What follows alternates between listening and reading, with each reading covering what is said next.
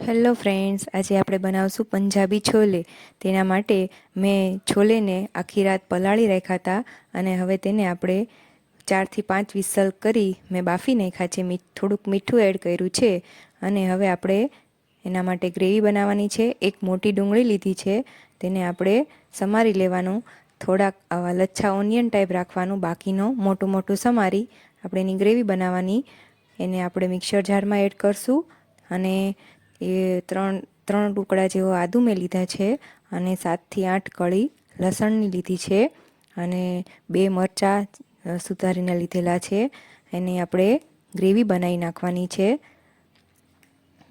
જો આવી ગ્રેવી થઈ જાય એટલે 2 ટમેટાં લઈ એને પણ મોટા મોટા સમારી એની આપણે ગ્રેવી બનાવી નાખશું. મિક્સર જારમાં એડ કરી તેની પણ આપણે એકદમ સરસ ગ્રેવી કરી લેવાની છે. હવે એક વાસણમાં 2 થી 3 ચમચા જેટલું તેલ લેવાનું છે અને અડધી ચમચી જેટલું જીરું એડ કરશું. તેમાં એક સૂકું મરચું, એક લવિંગ, એક એલચી અને એક અડધો તમાલપત્ર લઈ તેમાં પહેલાં લચ્છા ઓનિયન જે સમાર્યા હતા એ એડ કરવાના અને ત્યારબાદ આપણે ડુંગળીની પેસ્ટ એડ કરશું અને સરસ રીતના સાતળી લેશું. તેલ છૂટું પડે એટલે તેમાં ટમેટાની પેસ્ટ એડ કરશું અને બરાબર મિક્સ કરી એને 5 મિનિટ ઉકળવા દેશું. એટલે ફરીવાર એમાંથી તેલ છૂટું પડી જશે. જો આવી રીતના તેલ છૂટું પડે પછી આપણે એમાં રૂટીન મસાલા એડ કરવાના છે. અડધી ચમચી જેટલો હળદર પાવડર, 1 ચમચી ધાણા જીરું પાવડર, 2 ચમચી કાશ્મીરી લાલ મરચું અને 1 ચમચી છોલે મસાલા એડ કર્યો છે. અથવા તમે અહીંયા ગરમ મસાલો પણ એડ કરી શકો છો.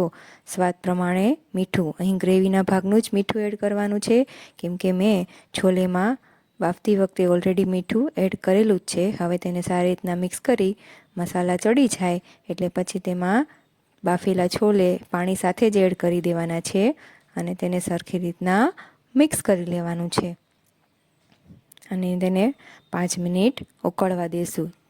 હવે તેમાં છેલ્લે 1 ચમચી જેટલી કસૂરી મેથી એડ કરશું અને ઉપરથી કોથમીર એડ કરશું અને બરાબર મિક્સ કરી તેને આપણે તેલ છૂટું પડે ત્યાં સુધી ઉકળવા દેશું અને ઉપરથી કોથમીરથી ફરીવાર ગાર્નિશ કરશું.